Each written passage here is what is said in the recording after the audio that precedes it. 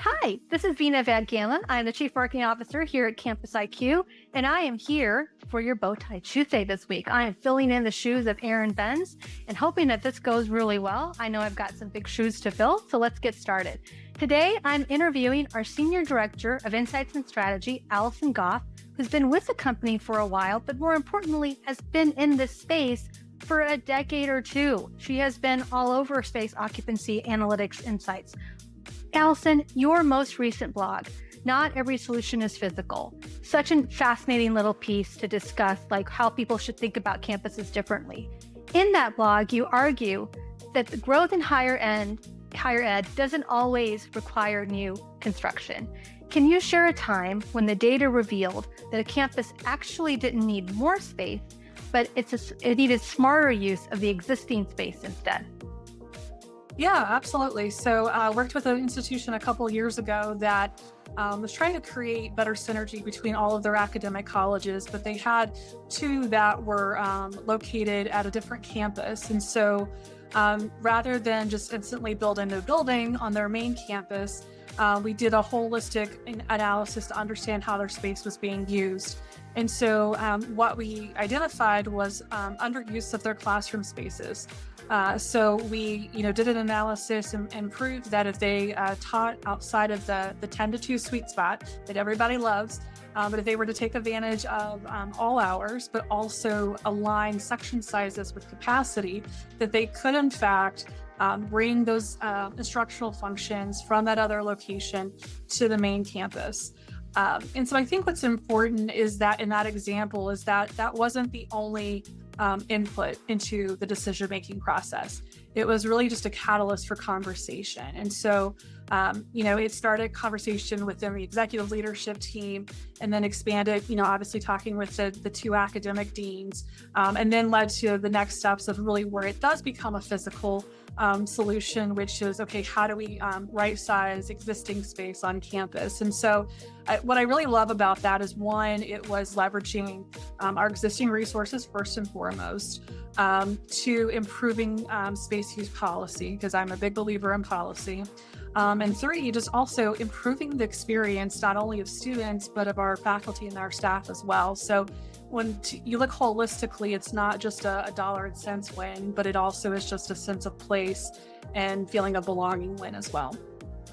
Got it. I love those examples. I appreciate that.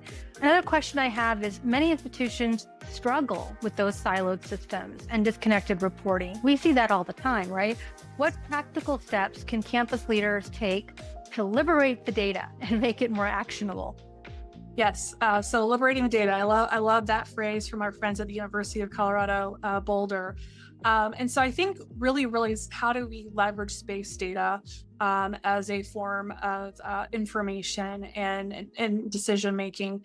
And so I think one is just ensuring that we have a full space inventory and having that full space inventory. So what I mean by that is just every room is captured, its usage, who it's assigned to, how big it is, and so forth, really is a powerful data set for not just space planners, facilities managers, but really thinking about, research activities, emergency management. And I could continue listing several operational methods, but I think it's really making sure that that inventory is considered the authoritative source of truth, because that really is what I have found. I've lived experience on the institutional side and working with institutions for 10 plus years is that when you don't have that authoritative source, nobody believes the data. So when you say, oh, there's an opportunity to repurpose this space, if it's not their source of truth, then your argument's kind of dead in the water. So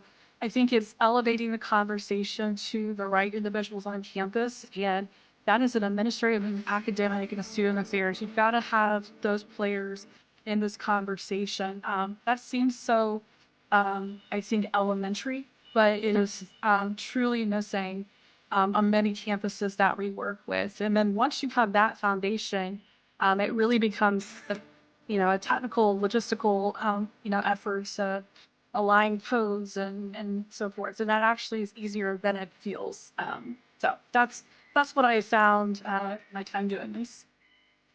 I really like how you said that because, yes, it does seem elementary, but I think one of the things I've heard and I've seen you do over and over again, you kind of come back to these higher eds with like, let's start with 101. Like, let's start with all of our basic information. Let's make sure we have that. So you are very good, and the team, of not skipping those important critical foundational steps that ultimately gets you to that liberation of the data because everyone has that shared. So I really appreciate how you frame that. Thank you. Thank you for those insights regarding your blog. Not every solution is physical.